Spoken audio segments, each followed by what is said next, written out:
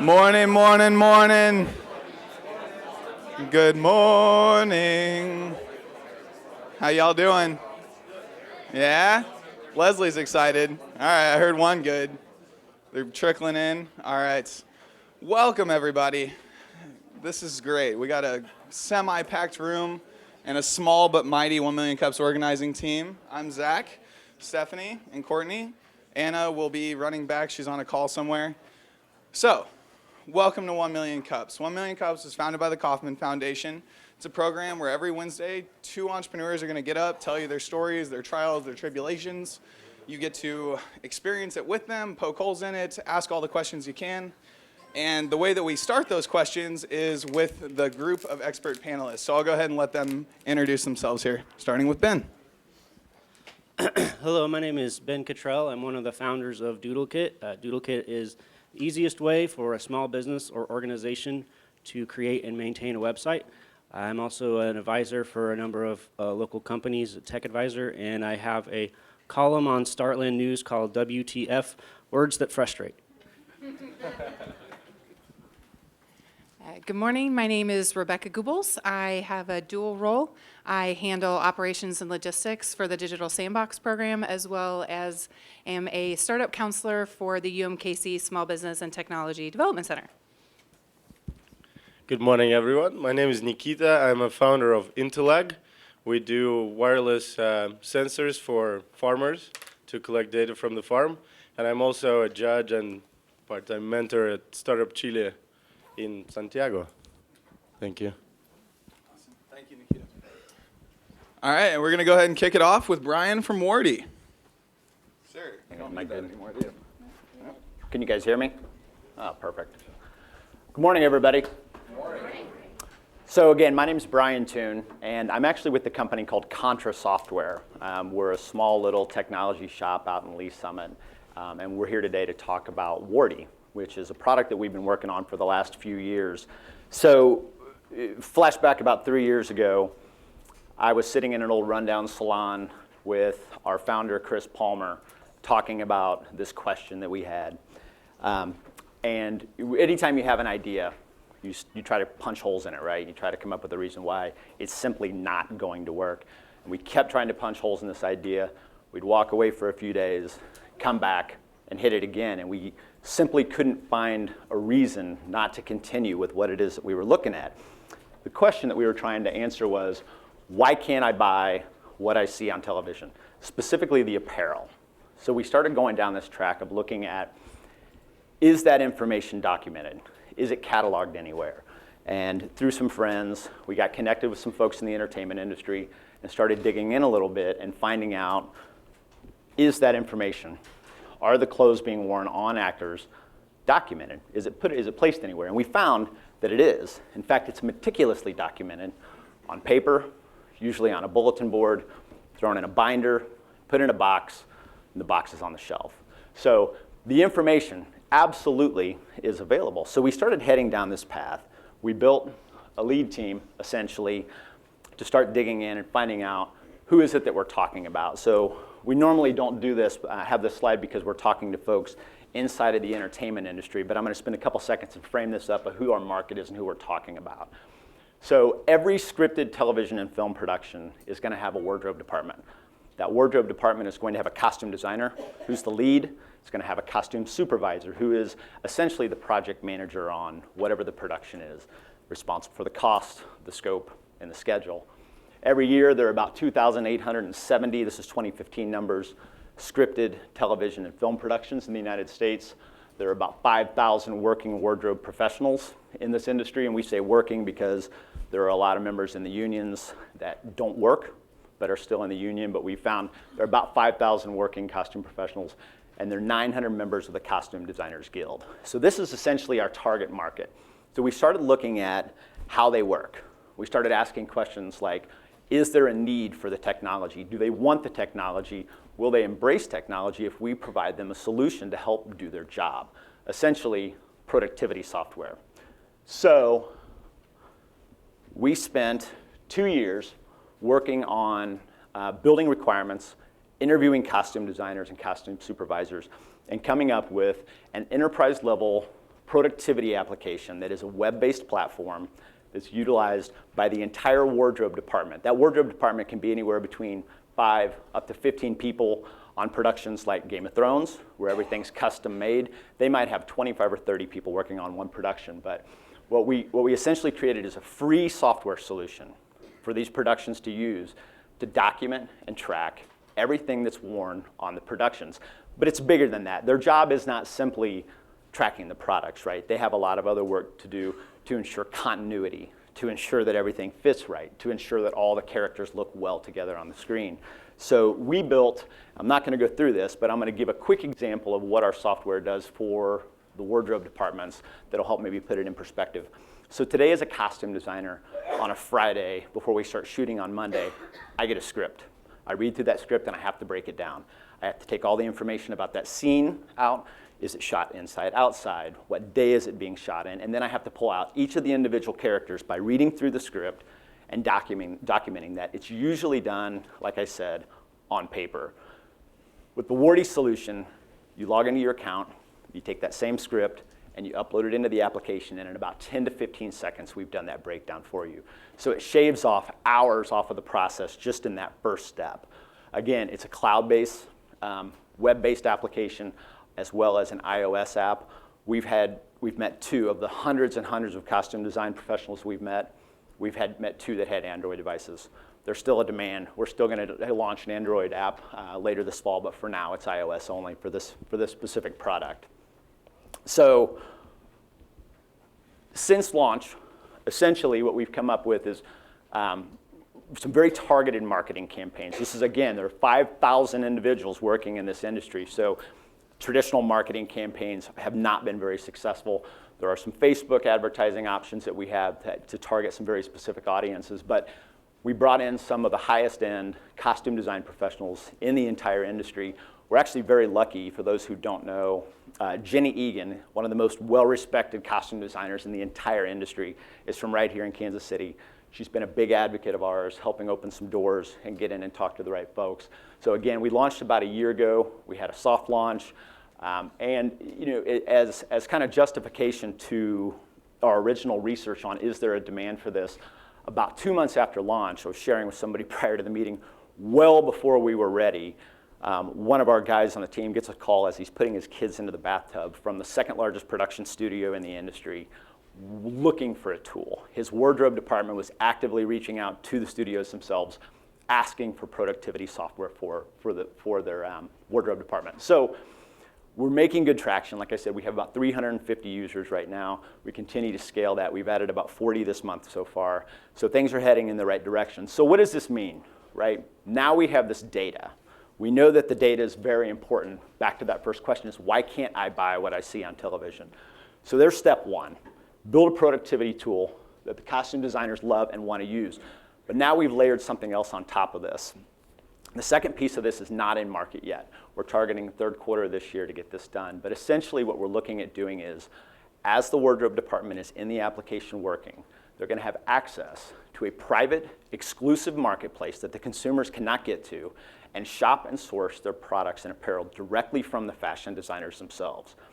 So we've been lucky enough to work with Matt Baldwin here in town. For those who've been living under a rock and don't know Matt Baldwin, he's a phenomenal designer out of Kansas City with a shop down on the plaza.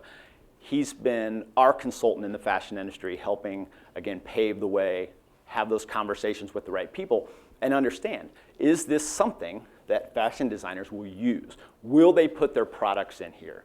The only ask that we have of a fashion designer when they sign up for the Wardy storefront is you have to respond to the requests from the wardrobe departments, and the second thing is you have to put your inventory in the system. There's no other cost to them. So the idea is, one of the things that we expected to find as we walked into this world was, we expected there to be paid product placement on apparel in television shows. Doesn't happen. Every once in a while, a pair of Nike shoes, an Adidas jacket might make it. But for one simple reason, it's not done, and that's because the consumer cannot find out what's being worn. The consumer can't find out what's being worn. There are exceptions to that rule. Social media, sometimes crowdsourcing, whatever it may be. Even the fashion designer might get a notification and they put something out. That's one of Matt's claims to fame, actually, was Jay-Z wore a pair of his camouflage pants, got picked up on Twitter, bam, Matt Baldwin helped put them on the map. But how do we operationalize that? That's lightning in a bottle, but how do we make that a reproducible process that can happen over and over again, and then be able to show the fashion designer the return on that investment for paying to place that product. But at a minimum, when the wardrobe department employees are buying the products directly from the fashion designers, they can buy it wholesale because we've already cut out the middleman. So part of the process when you in a transaction inside of this marketplace is going to be the negotiation of the price that they're going to pay. So this has been exciting for us. We have a series of high-end fashion designers that are queued up and ready for third quarter this year. Once we build up enough momentum, it's a very delicate balance for us to get the right number of wardrobe and productions in the system so that we have enough people purchasing products directly from the fashion designers. But we're almost there, and that's coming later in third quarter. So now we have the data, and now we have retailers or brands and fashion designers with their products that are in the application with their SKUs. So what's next is the obvious step, right, is the consumer application. So the consumer, for the next few minutes, I'm going to talk about this as just the consumer application that's powered by Wardy. But this is essentially a destination where consumers can find and buy the products they see worn on television. It also includes accessories. One of the things that I didn't mention with the productivity software is later this year we're going to be launching solutions for hair and makeup, for set and prop design as well. So it goes beyond that in the future of just finding the shirt you want to buy. It's also, I like the plateware, I like the art on the wall, I like the tile on the wall, I like the shrubs in the front yard. Whatever it may be from a prop, set, and wardrobe department, we plan to cover it all.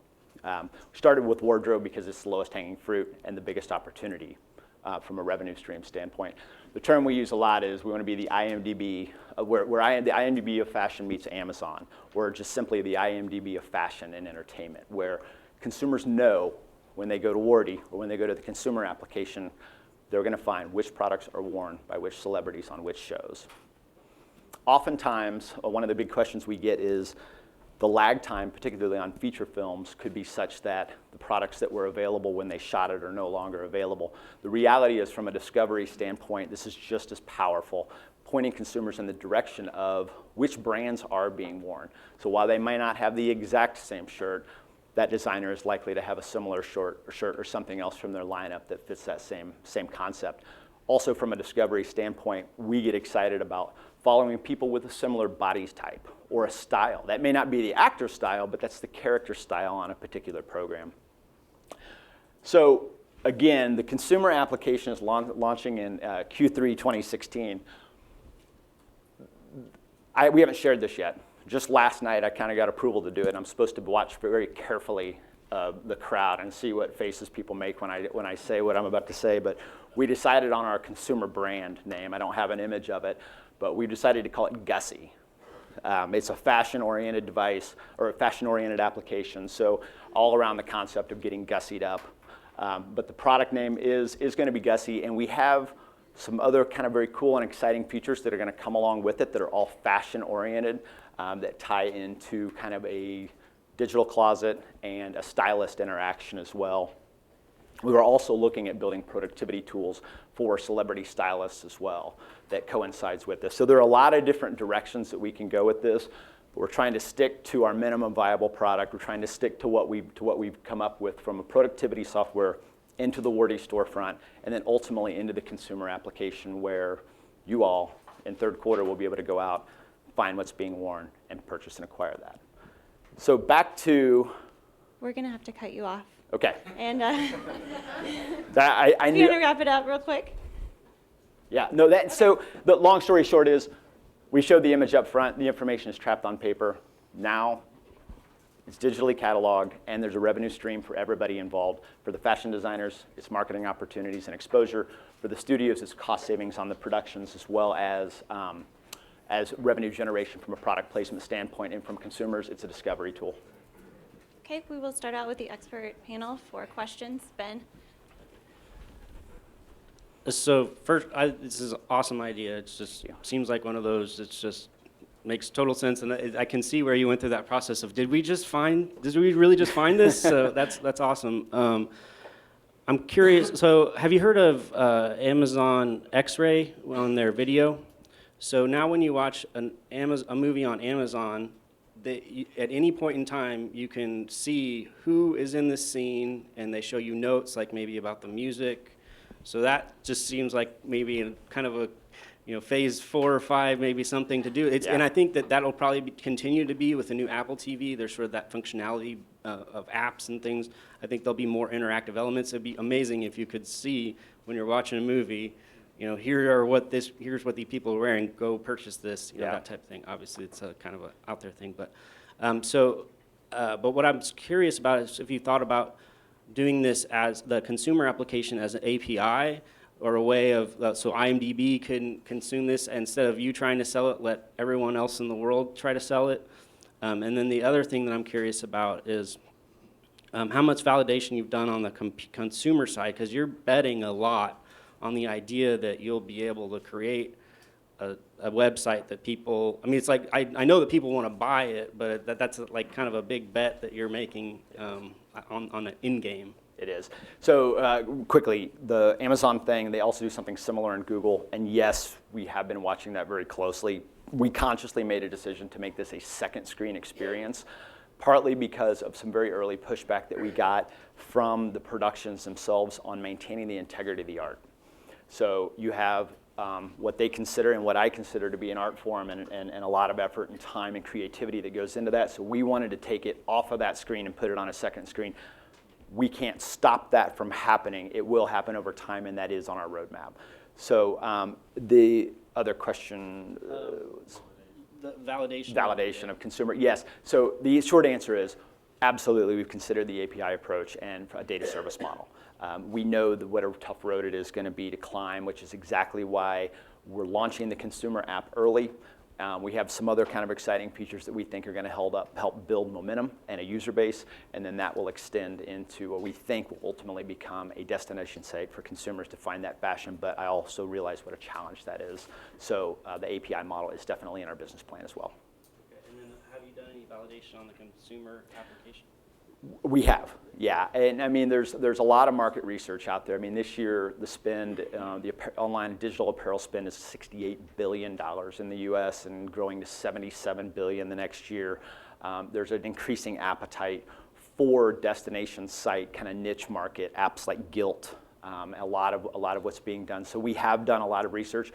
There's nobody exactly like us in market, so we had to extrapolate that information out a little bit, but absolutely we've done the research and we believe very strongly that there's a demand. Do you have an estimate of your price per consumer customer acquisition once you launch this consumer app? Because that's always the prohibitive thing in consumer app land is crowded nature, cost to break through the noise.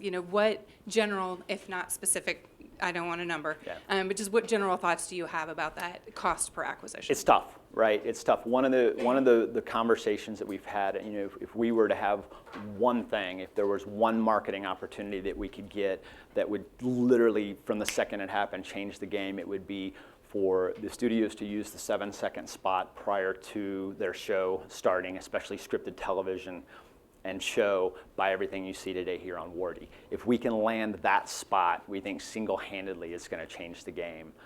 But getting into that crowded market is difficult.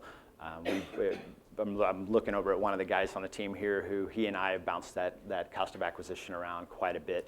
Our cost of acquisition on the studio side, getting our costume designers is very expensive as well, just because it is such a small niche market. So we spent a lot of time bouncing those numbers around and looking for new opportunities. We believe that 7-second spot is a game changer, which is why we spend at least half of our time. We spend about half our time when we're out in LA with the designers themselves and the supervisors, and the other half with the studios, looking at creative partnerships and ways that we can make this happen, because there's money in it for them as well. I wanted to ask, so could you, as a consumer, could you walk me through how am I going to interact with the app? So I'm watching a movie, right? And then I'm seeing someone wearing a cool jacket, and I'm like, oh, I would like that jacket, right? Yeah. And then I go to the app, and do I see that jacket already in an online store so I can immediately buy it, or what's the connection? I didn't quite. There will be kind of two different tracks for that to happen, right? So the user experience from the consumer in general, as I go to the application, in this specific situation, I can either search for the character's name, the actor's name, or the name of the show itself. That'll pull up and it'll let me either navigate to the scene or look at the character and see an array of the costumes. Some of those costumes, some of the items inside of a costume, this jacket, for example, might be one that we already have in our marketplace because of that transaction or conversation that took place between the fashion designer and the costume designer already. If it is not in the marketplace, we'll be using a more traditional affiliate relationship where we'll be sending the users off to their sites to transact. We want to stay away from that as much as possible. We'd like it to be weighted on the other side, but we know at launch there's going to be a lot of affiliate off-site transactions to take place. But the discovery is key. So I hope that answers your question. Yeah. All right, we're going to go ahead and open up to the crowd. One here to your left. So if I understand the three blocks that you had on your solution screen, what the design professionals get is all for free. Correct. So, and you don't have yet a product that's generating revenue. So this doesn't sound like a very cheap proposition. You're working with expensive people in an expensive location. You're going to be supporting a massive infrastructure to provide this database. So I'm assuming there are also high costs of inputting the data into your system. So it'd be nice to hear something about that. But you must have deep pockets. How are you funding all this? So it's a good question. So far, we have all of our funding has been local through friends and family and other connections that we have in town. It's gotten us to this point. We're lean. We run very lean. We're a small shop. With the max employees we had a few contractors in the heat of the battle. We were at 16 employees. We're down to 9.5 right now. We have a half-time resource. Chris Palmer, our owner's mom, comes in and does the books, so she's our half-time resource. So we're 9 employees. We're very lean. We run well below the average total cost per resource, all in per month. So we run very lean. But yes, we've been chasing this thing for a while. We're 3 years in. We're yet to generate any revenue, which has put us in an interesting spot in this world. There's some folks in Silicon Valley that are willing to take risks like that. We're finding it's more challenging. But we are looking specifically for strategic opportunities, for strategic partnerships, either with online retailers, but primarily within the digital space. Amazon is a great example of one that we've contemplated a lot, but we continue to go out and have conversations with strategic partners. I'm not sure I quite understood the conversation about the cost of input, but yeah, I mean, it is, we've spent a lot of money, and we continue to spend a lot of money, and it's tough, and we're looking for funding. And one of the very last slide that I didn't get to is if there is anybody that's interested in what you can do for us, is we are looking for help for bridge funding locally to get us to the point of strategic partnerships a little bit further down the road. Question front right. Great product. Thank you. Curious about the target customer and their underlying motivation or need that you're satisfying, and where else would they go to satisfy that need that they're fulfilling by using your app and your product? Yeah, it's really coming down to, this is a very watered down space. It's very easy. The fashion industry, the apparel and online purchasing is very, very easy. So it's very watered down. Everybody's doing the same thing. The transactions are all very simple. The shipping is pretty much the same. It's a tough market to enter, to your point. What we think we're doing is we're adding a layer on top of that, which allows the consumer to look for, again, following a body style, following a designer, following a costume designer, a fashion designer or a costume designer that they really like. So we think that the discovery tools are what really make us unique. It's the ability to find not just the products being worn. So I'm going to step back here for a second. What's really interesting is you have some productions that do period pieces, Game of Thrones. Every single thing on that show is custom made. There's not one item in that show that you can buy. Where on the other hand, you have a production company like Blumhouse Production who makes all the teen demographic scary movies, right? Everything they buy, their budgets on large productions are $5,000, $6,000. We have other productions where they'll spend $12,000, $15,000 on one item for one character.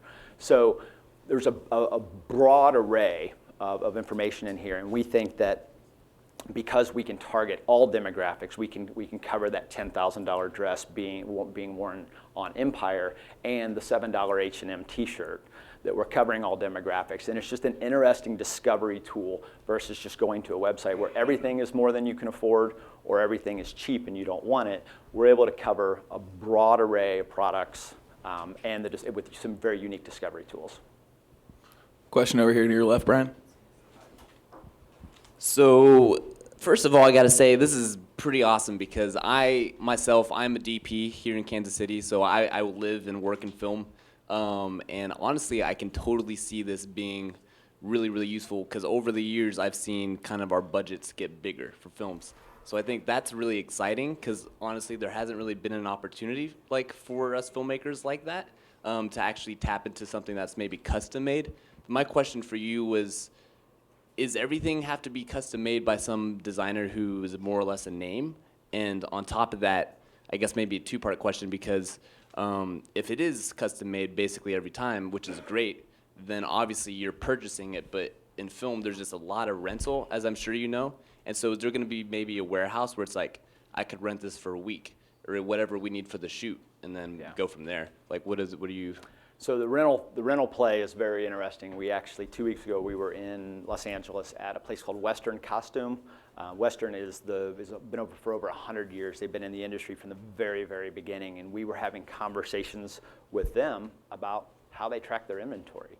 And is it possible for us to integrate into that solution so that in Wardy you're not just procuring new products from a T-shirt from H&M and a $10,000 dress from Gucci, but also looking at the rental stock at Western, right? Which anybody can rent from nationwide as long as you have membership. So yes, absolutely, we're looking into that. I mean, from a filmmaker standpoint, the long-term vision for us is that we want to make the wardrobe department a revenue-generating department versus a cost expense, right? We'll see shows that have $750,000 in costume expenses, but 80-90% of it was returned, and they got some of that credit back. So it is definitely an area, it's a department that's constantly fighting and scrapping for money, just like any filmmakers fighting and scrapping for money along the entire route. So the rental thing is a big part of what we're looking at, for sure. So our final question to you is, what can we as a community do to help you? If you want to show that last slide. Yeah. Okay. So in our ongoing quest for money, again, the Contra Software is a full-service technology shop. We build solutions. We built Wardy for ourselves, but we also build solutions for any other clients. So if you know of anybody looking, feel free to send them our way. We'd love to have a chat about possibly building out their technology needs for them. Again, I mentioned this a minute ago, looking for bridge funding in our path to strategic partnerships. Resources and growth. We will continue to grow through this year, especially after money comes in. We're looking for talented software developers, especially on the iOS side and the analytics side. And then lastly, just watch for the consumer application, which will be named Gussie and should be out in the early third quarter this year. Thank you, Brian, for your presentation today. Thank you.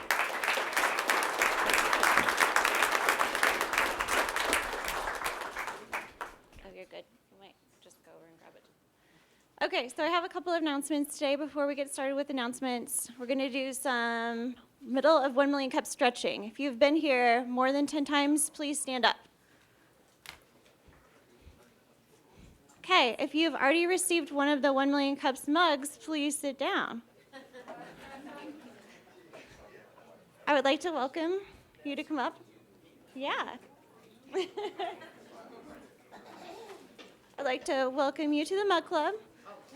And then I would like for you to introduce yourself and tell everybody why you come to 1 million cups every week. I'm Sherry Berger, and I come 1 million cups because there's a lot of energizing people, there's a lot of information, and I find that it helps me with my business. Thank you so much.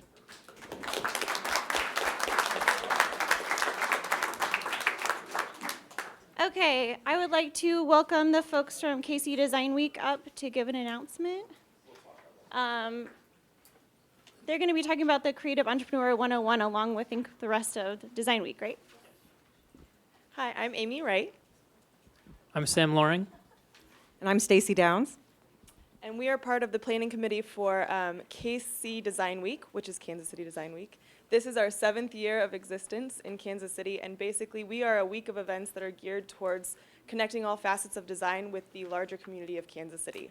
So that falls from everything to architecture, to interior design, graphics, landscape design, industrial design, anything you can think of that's pertaining to design.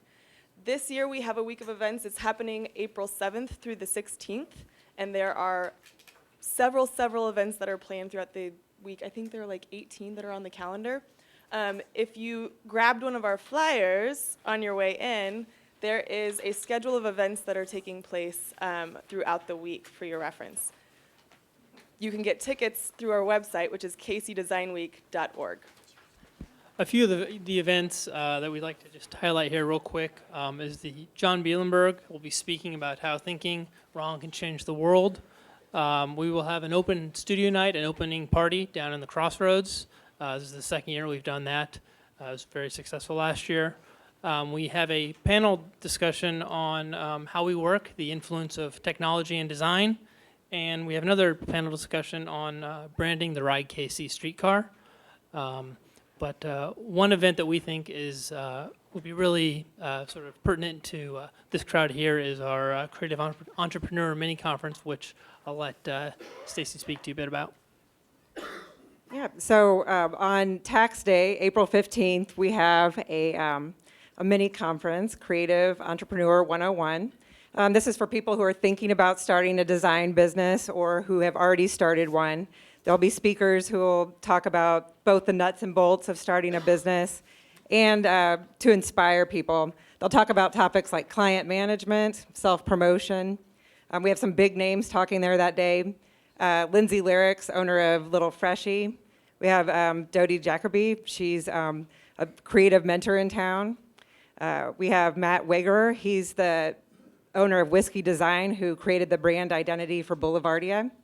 And afterwards, we have this cool networking mini trade show that'll have different resources for entrepreneurs. So KC SourceLink, Kaufman Fast Track, the UMKC Small Business Technology and Development Center, and more. So we hope you can make it or tell people about it. It's a lot of value for the day. It's just $85. So we hope we see you there. And again, our website is kcdesignweek.org, and there are flyers in the back with more information. Thank you. Other quick announcements for today. ECJC is hosting prototyping a physical product today at 11. So if you guys have any interest in that, please go check it out. As well as Athena League is hosting their March Venture Lounge tomorrow night at Hush Blackwell. So all the ladies in the room, we'll hope to see you there. Okay, without further ado, I would like to welcome Drew, Mike, and Scott from Business Instruments.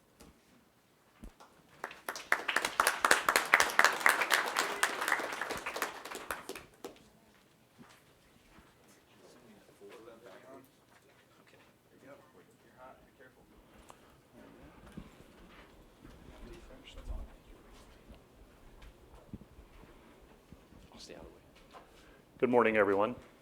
I'd like to thank the Kaufman Foundation for allowing us to present today. My name is Mike Thiessen. On my right here is Scott Anthony and then Drew Ford. So we are a business software product company. The name of our company is Business Instruments. And the goal of why we decided to start this company was we wanted to provide actionable information through a business suite of tools to help the small to mid-sized corporations measure and manage what's going on in their business. Through that, and the reason that we decided to get into this is my business partner and I had previous companies, and it was very frustrating to find tools that were simple to use, that were affordable for the small to mid-sized organization. We wanted to provide the ability for companies to have products that they could sit and they could walk through if they had a project going on or something like that. It was very visual. We wanted to provide a lot of data visualization in what we're doing. So through that, we introduced the name of our product is called Thrive.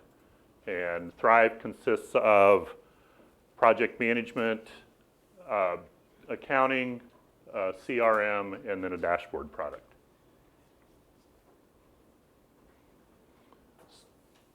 So what we do is we help small to mid-sized businesses grow by providing them the tools to produce actionable information, to course correct, to improve profitability, cash flow, develop sustainability within their companies, and achieve a return on investment.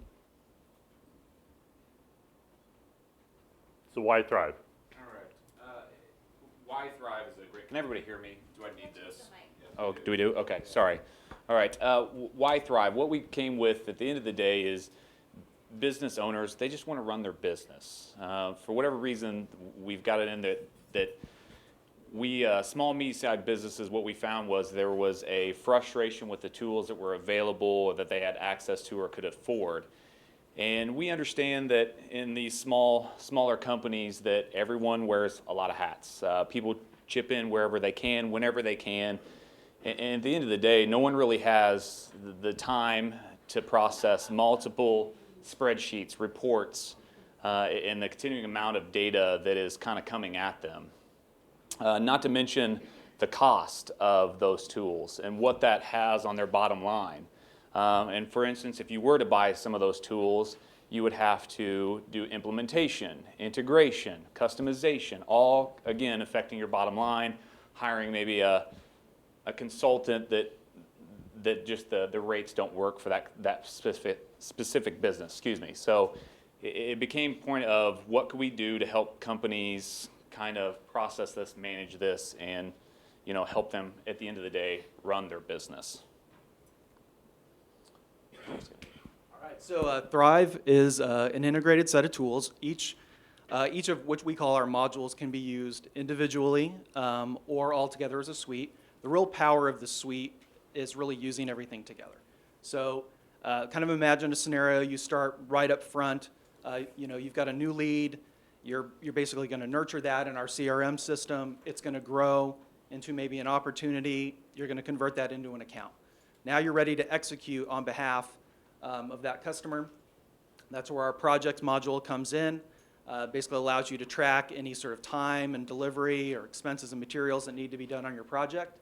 Now it's time to basically invoice the customer, bill them for what's going on. That's where Thrive Accounting comes in. Very simple way to invoice your customer and get paid. And then finally, kind of at the end of the stream, you want to see what's going on. So you have our Dashboards project, which allows you to see through the whole stack of our modules, everything that's been going on inside your business.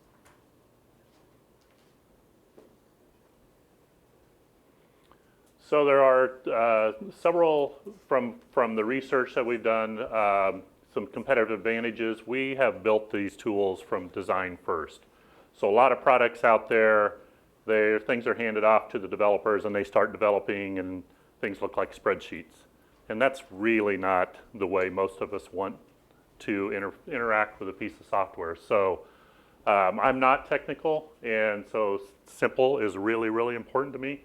So that's one of the reasons that design was really, really important.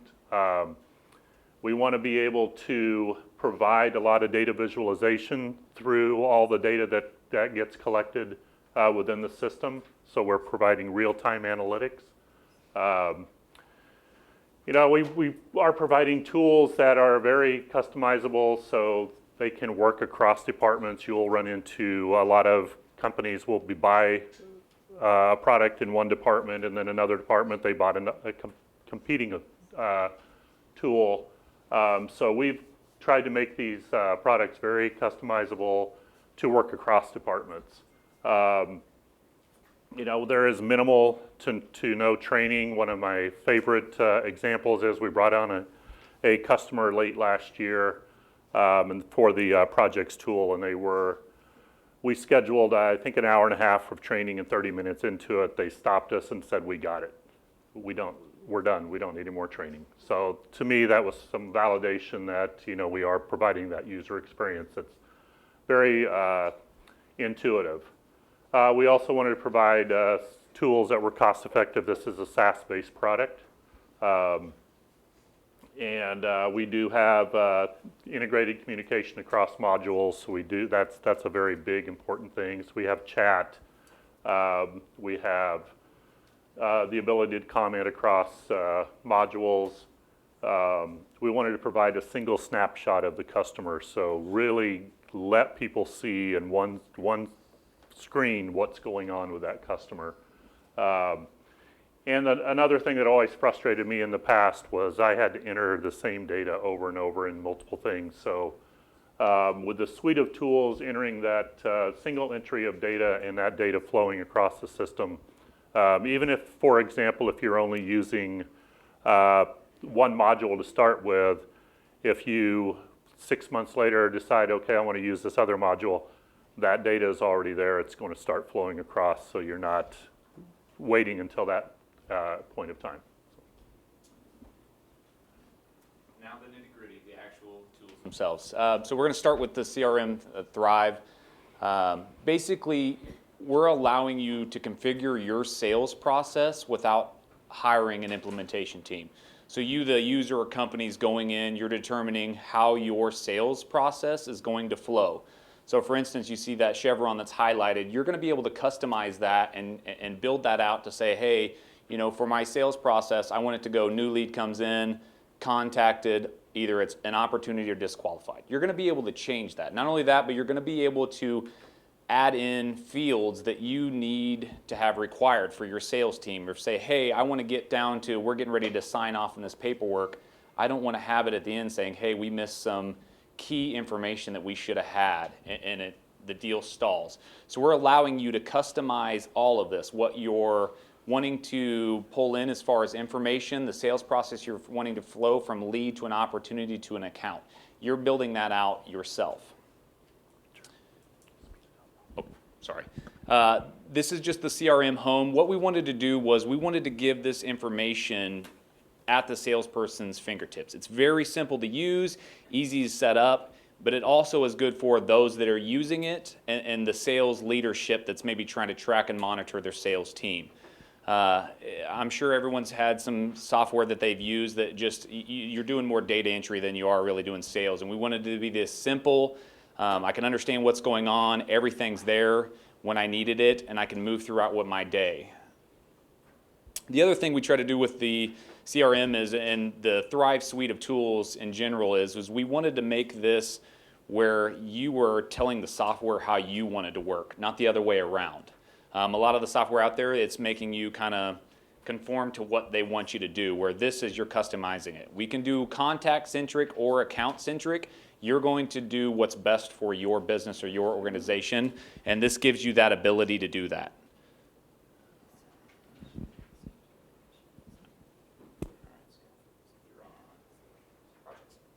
All right, Thrive Projects. So the goal here is a highly configurable tool that can really be used by multiple departments within an organization. So pretty much everything you see here is customizable, whether it's methodology, or just what you want to call things within the tool. So, yep. And you can work in an agile iterative way or in waterfall. We found a lot of folks really want to do both. We found that a lot of teams want to work at the lower level in an iterative way, and above that, the leadership wants to work really like more from a Gantt chart or a waterfall kind of way. We support hybriding those two together.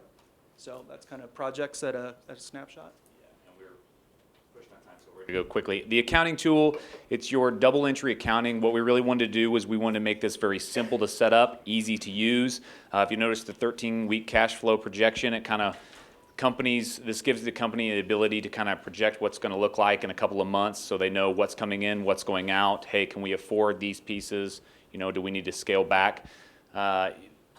General ledger, you're going to be able to track everything that's going on financially, and the big piece that we are releasing right now is the ability to not only invoice someone through email, but they will actually be able to pay for that. For small companies, being able to bill them, pay them, all of that is all within that, and it goes directly into Thrive. So we're cutting out some of just your ability to maybe mess things. So, and then dashboard.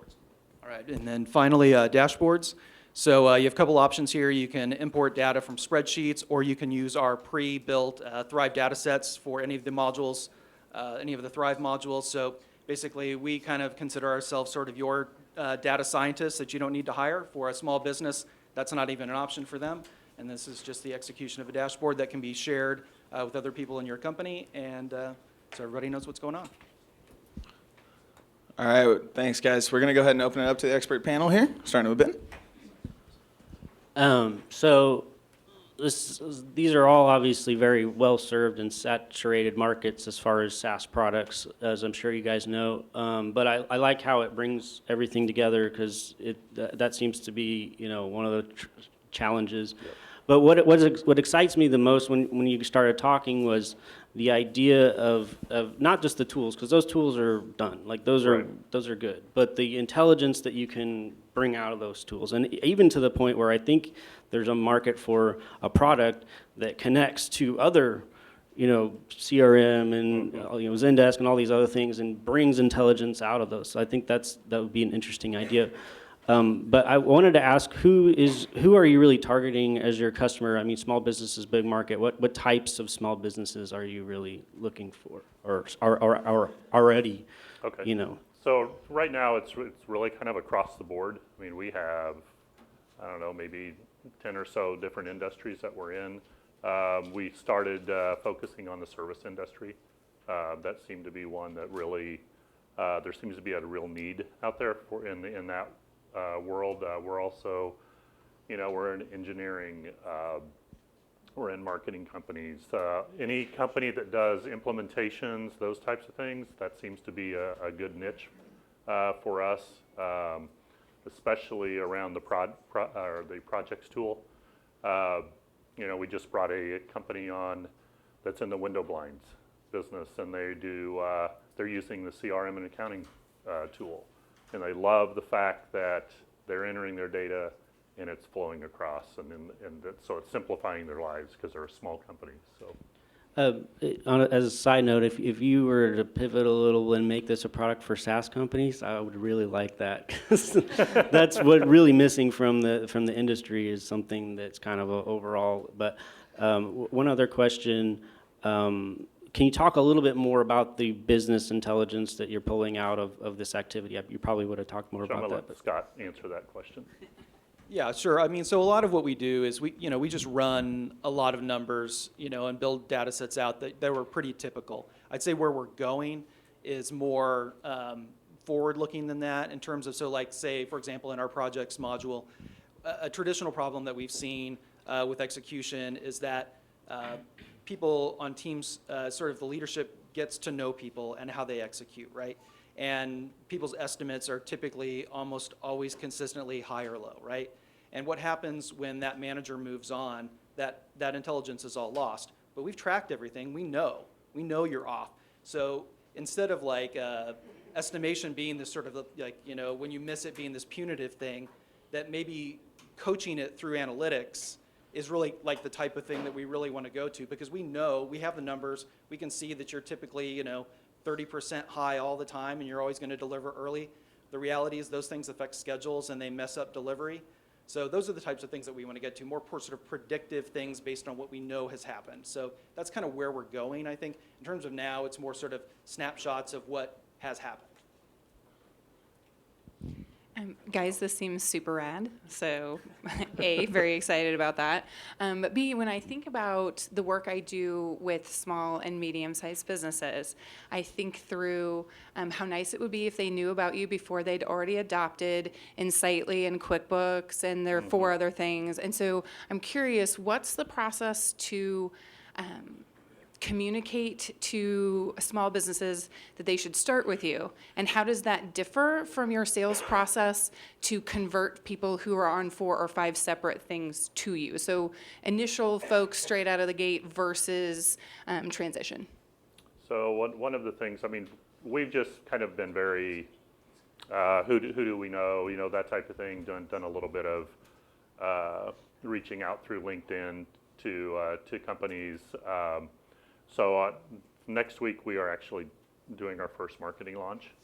So that's going to be, we're very, very excited about this. So getting our name out there. I know we are a new brand into a somewhat crowded space, but I think we have a very unique proposition in that we do provide a lot of data visualization and as Scott mentioned, the ability for people to see where they're at. It's one thing to look at a lot of numbers, but it's a whole other thing to visually see what's going on.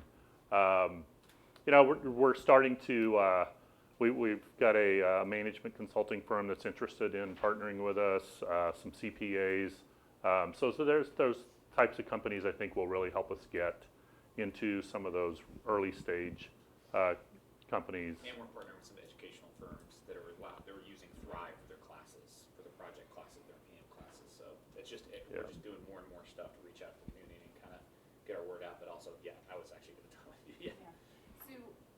So I do have a follow-up question. So that all sounds like a great strategy, but slow. Right. Are you guys set up to weather that slowness, or what is your plan to ramp up for speed? Well, I think through the internet marketing is going to hopefully ramp up some of that speed.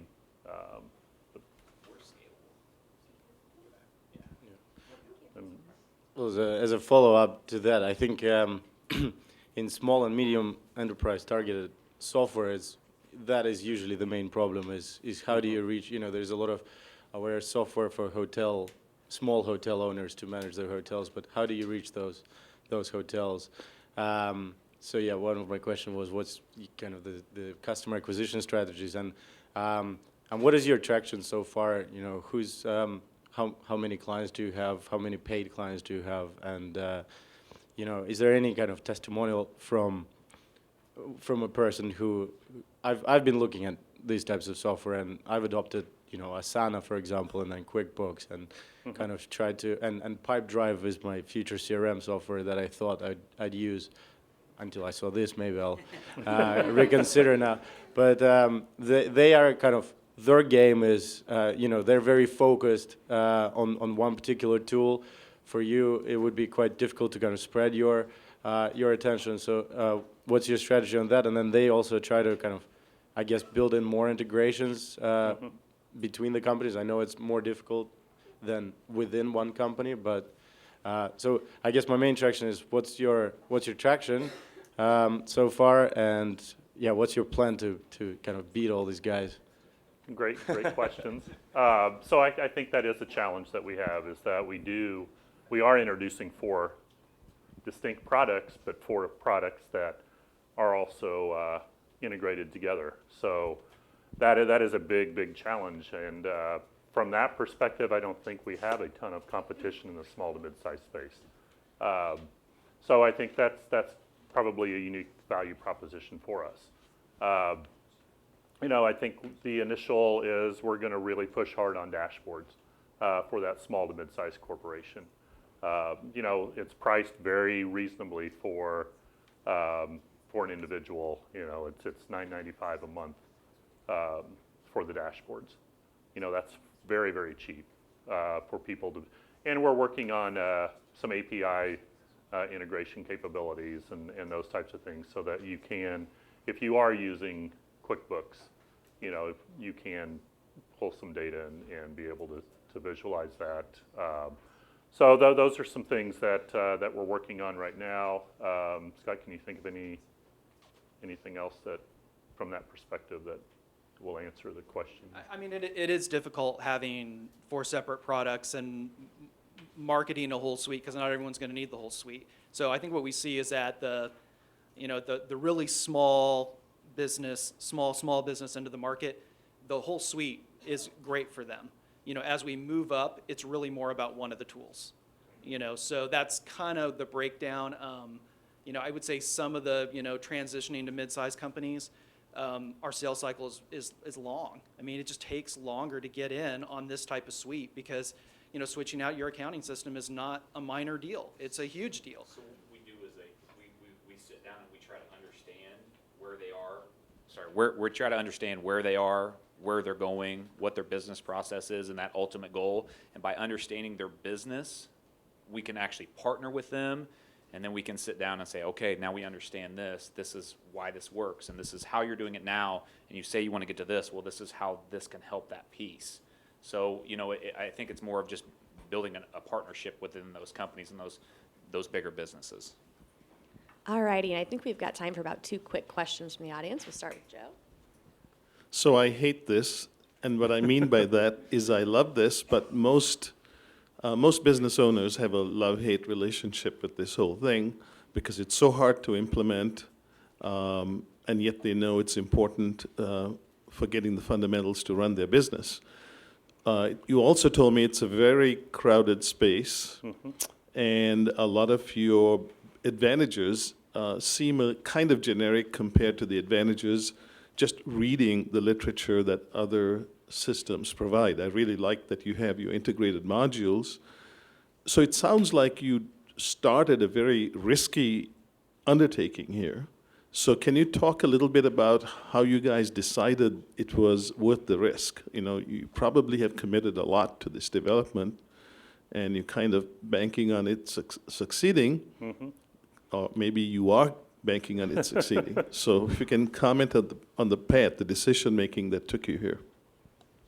So I think I mentioned from the beginning, my partner and I both had other companies, and we were always very frustrated with the tools that were out there and the usability of those tools and the time it took to be trained on different tools and that type of thing. And so there was a lot of back and forth discussion and research on, you know, is this a viable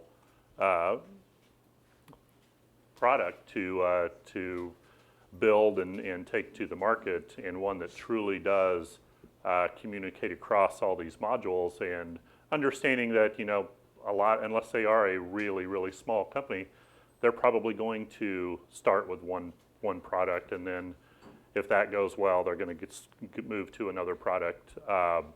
So I think, you know, that type of thought process and discussions, and we were in an entrepreneurial group together, and we had a lot of discussions about these types of things, and those were a lot of the same frustrations from everyone that was in the companies that were in the entrepreneurial group that I was in, and from other people that I've talked to, you know, over the years. They were always frustrated with certain tools that were out there, and even some of the well-known tools. I mean, you know, for what you really need, you can't afford, so they give you the little base piece of that tool, and then when what you really want, you can't afford. It's cost prohibitive. So so we wanted to bring tools to the market that aren't so cost prohibitive, not necessarily tier everything, and provide out of the box. You know, you get from the project standpoint, you get all of the tool. It's all one thing there. You know, we're adding program management into it, and this has been requested by several companies. So, you know, and that's going to be just part of the tool. You know, and eventually that will go to portfolio management. So, you know, we want to keep it viable for that small to mid-sized corporation, and that's who our main focus will always be. Will we get into some enterprise companies down the line? Yes, probably so. Fantastic. And one final question for you. What can we as a community do to help support you? Hey, get our name out there. Help us get our brand out. You know, talk about us. You know, social media. Drew? If you have projects, I mean, we offer a 30-day trial for the suite. If you have a piece that you're like, hey, I'm unhappy with what I'm using, more importantly, we'd just love to hear the feedback of it. Like, you try it out, hey, I like this piece, or I don't like this. You know, the tool has evolved because of feedback that we've received from non-paying clients and paying clients. So, you know, what we've done over the last probably 3 to 6 months has been because of the feedback we received and the things that, hey, we do it this way and that we think would be better this way. Hearing that and understanding that has made our tool that much better. So that feedback is welcomed, wanted, good or bad. We'd love to hear it. So if you're interested in trying it out or just even sitting down and having a conversation with us, we would love it. I mean, it's integrated into several tools. I mean, we're integrated with Google, with Microsoft, with Dropbox. I'm probably missing some, but Stripe. So, you know, we're going to continue to build integrations and that type of thing. So. Thank you. And I know there's probably some more questions, so feel free to grab these fellas when we're wrapped up here and ask them anything and everything, right? Yes, Perfect. absolutely. Very good. A few quick announcements. First, the room here opens at 8:30 every morning, so if you're here before 8:30, they're going to start not letting you in. So please try to come at 8:30, and we'll be here and happy to greet you. Next week, we've got Slickhound presenting, and we're also going to have an all-women's panel to help promote the women entrepreneurs in this city. So it's going to be a good week for us. And then 2 weeks from now, big news, it's the 4-year anniversary, so please come. Bring anyone and everyone. We want that to be a huge day. We're going to have a lot of other community organizers from cities across the nation, so really represent KC. Other than that, have a great Wednesday. Thanks, guys.